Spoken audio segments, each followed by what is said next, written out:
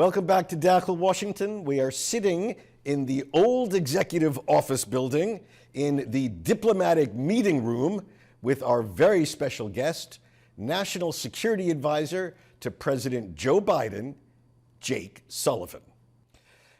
The purpose of this show is to explain to Middle East viewers how our system of government and policymaking work, and to show them the people that make it work. And so I'm delighted that you would let us talk with you today here in the White House. Well, thanks for having me. So let me begin with a broad question that's specific for you. It must be a challenge being the National Security Advisor to a president who has as much foreign policy experience as Joe Biden. What do you bring to this job that is specifically Jake Sullivan, and how much of this are you channeling Joe Biden?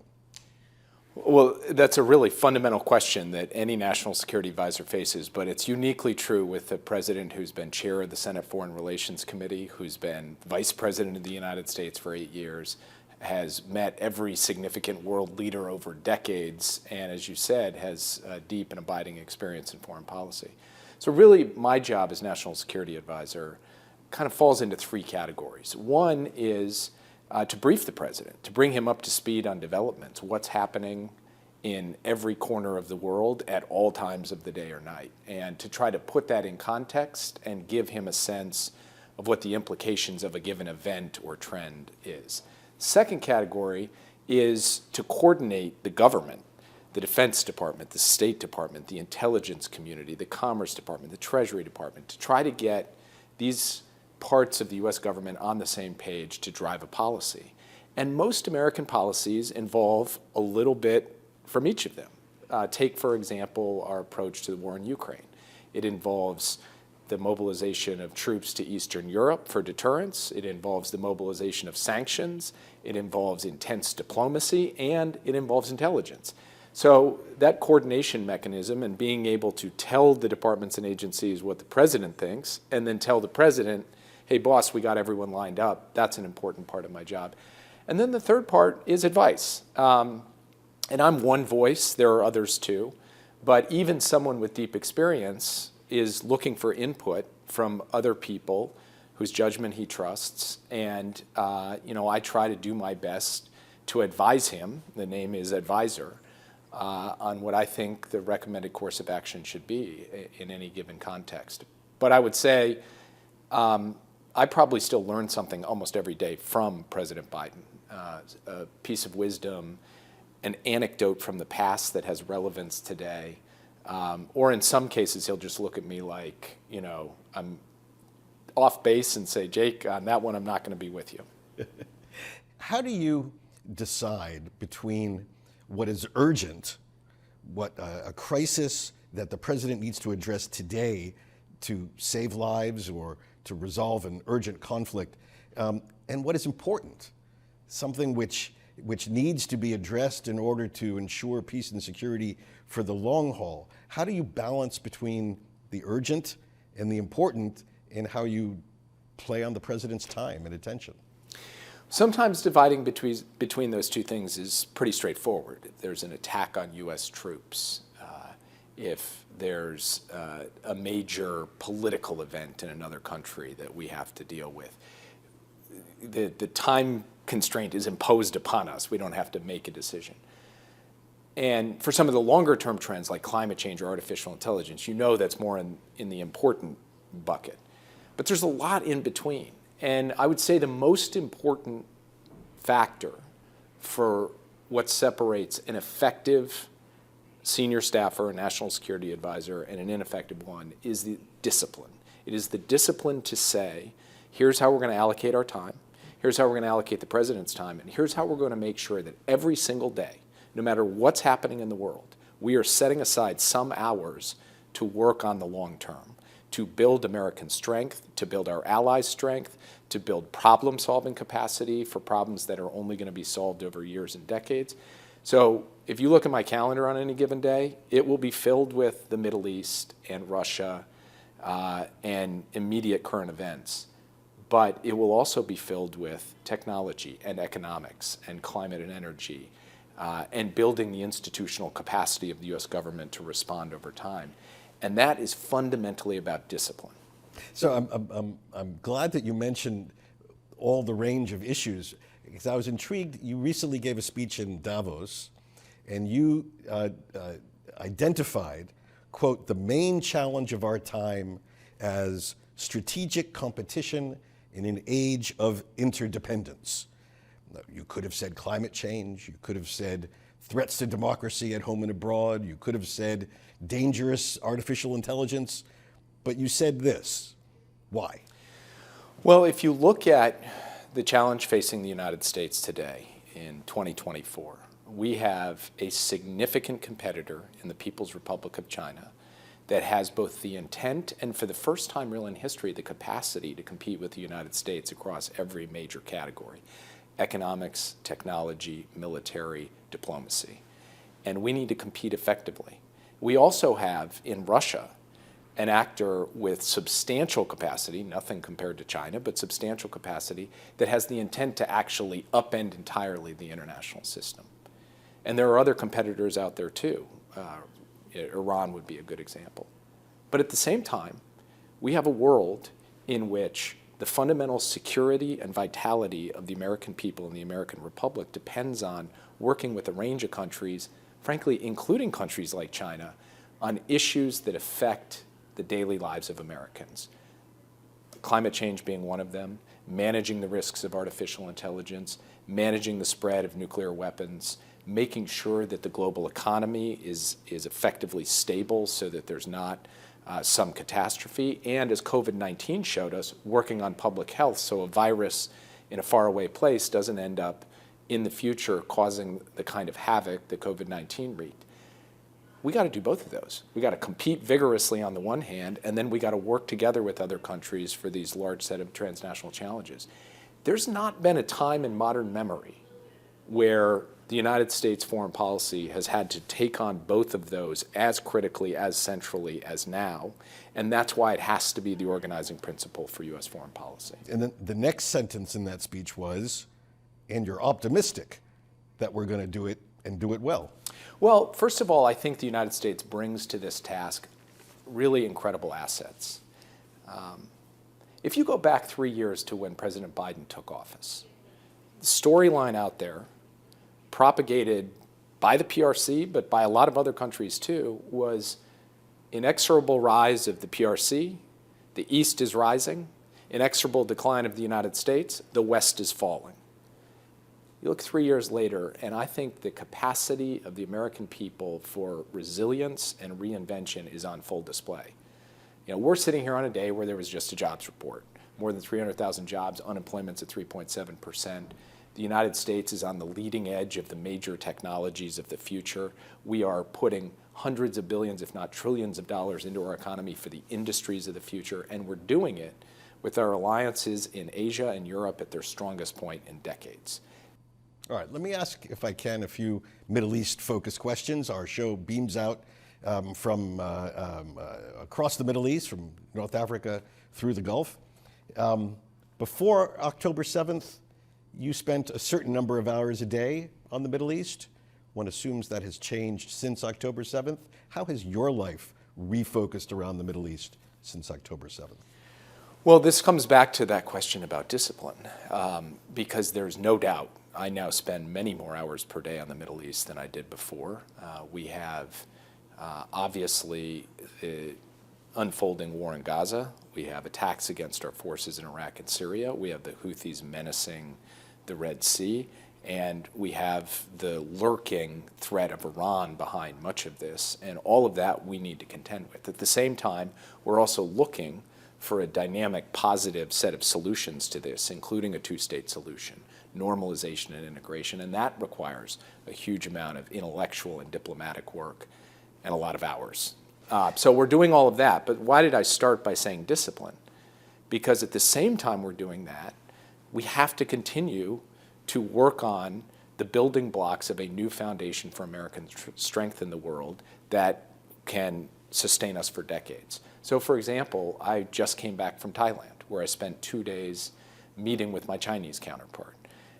Even as the events in the Middle East unfolded, I went to Seoul for a trilateral meeting with my Japanese and South Korean counterparts last November. We have to continue to focus day in, day out to support Ukraine as it stands up for its freedom and sovereignty and territorial integrity against Russia. We have to do all these things. And so even though more hours per day are being spent on the Middle East, we have built, I think, a set of mechanisms where we can continue to stay focused on all of the other issues that remain central to American power. Again, my guest today is Jake Sullivan. Jake is the Assistant to the President for National Security Affairs. He has served in that position since President Biden came to the White House in 2021. Previously, Mr. Sullivan served as the Director of Policy Planning in the Barack Obama administration. He is a lawyer by training with a long experience in American foreign policy. He is the author of An American Foreign Policy for the Middle Class, which is his signature approach to the challenges America faces in the world in the 21st century. Jake, many people in the Middle East, I know you just referenced the barbarity of October 7th. Many people in the Middle East don't see this. They see what happened on October 7th as a legitimate military operation. What do you say to that? I fundamentally reject that. Absolutely, categorically reject it. This was a barbaric terrorist attack of monumental scale. It involved the wholesale slaughter of innocent people, women, children, and not by accident, by design and intent. And as I said before, it was the most significant massacre of the Jewish people since the Holocaust. And that is a seismic event, shattering the sense of security in the state of Israel, shattering the lives of so many people. And then on top of that, women, children, infants, as well as men, were taken hostage and are still being held in brutal captivity in Gaza, innocent people. Now, from our perspective, Israel had a right to respond to that strongly, to go into Gaza to deal with the threat that Hamas poses. And by the way, Hamas didn't say, hey, we've done this and now we're throwing our hands up. They said, we are going to do October 7th again and again and again until the state of Israel no longer exists. And they continued firing rockets. They continue firing rockets against civilians to this day. And the Israeli military has a very difficult task on its hands because this terrorist group went then and hid itself behind a population of civilians, entrenched itself in civilian buildings, civilian neighborhoods. And that imposes an added burden on the Israeli military to deal with that.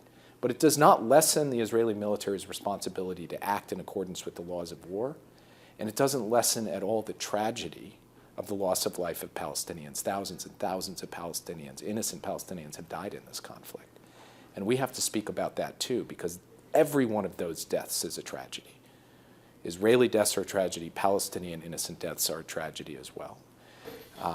And so, from the United States' perspective, we have been clear from the very beginning about Israel's right, indeed duty, to defend itself and also its responsibility, even in the difficult circumstances that it confronts in Gaza, and we will continue to reinforce that. The last point I would make is that we have spoken out with increasing urgency about the humanitarian situation in Gaza, because there simply is no legitimate reason to deny, withhold, obstruct, or reduce aid, food, water, medicine, getting to innocent people. And I personally, the president in the lead, we work day in, day out to try to extend and expand the amount of aid getting into people, because that's just a basic moral necessity, to say nothing of the strategic necessity of making sure that a whole population does not end up in in utterly dire circumstance over time. Now, you joined the president. He went to Israel in the middle of a war. He went to Ukraine in the middle of a war. I think the first time a president has done this in memory. What did it take where did the idea come from to go to these war zones And what is involved with taking a president of the United States in the middle of multiple war zones? Well, in the case of going to Ukraine, and he went just before the one-year anniversary of the war in February of 2023, he had seen Secretary Blinken go, Secretary Austin go, he saw me go, and he said to us, wait a second, I'm going to go. I'm the president. I got to go stand there, and I got to stand in the capital of a free Ukraine and say Kyiv stands, and remind the world that, in fact, what everybody expected, which this country was going to fall in a week, it didn't happen. And it didn't happen because of the bravery of the Ukrainian people, but it also didn't happen because we supported them with a massive amount of material assistance, and the president was rightly proud to go stand there with his counterpart, President Zelensky. And he had a similar reaction in the days following October 7th. He got security briefings that it was too dangerous to go, and he just said, you know what? An American president needs to stand up and be counted in a moment like this, when a close ally, a close friend, a country that the president holds in his heart, feels in his gut, was under the kind of assault it had been under, had suffered the kind of trauma it had suffered. He wanted to go stand there too, as quickly as he possibly could. And even as we were flying in to Tel Aviv in those days following October 7th, we were getting reports of rockets and the threat to the city. And the president said, it's too important. And I think this shows, both of these episodes show, his fundamental commitment to the principle that the United States will stand and be counted for its friends. A moment ago, you outlined a multi-tiered diplomacy that begins with a hostage release and that maybe at the far end of the rainbow ends with a big bang peace agreement. What can you say to the Middle East about the prospects that perhaps before our election in November, there is a Saudi, Israeli, Palestinian, American, Arab peace in the Middle East? The prospect is there. It is the right answer to this tremendous trauma. It is the right answer for everyone. And the elements are there. We understand them. The people in the region understand them. And I think people of good faith in Israel, among the Palestinian people, among the Arab states, they know what has to happen here. I'm not going to handicap the likelihood of it happening or not happening. I will just say that it can, it should, it must, and we will work every day to try to make sure that it happens as rapidly as possible. Very good. Jake Sullivan, thank you very much for joining us on Dakhel Washington.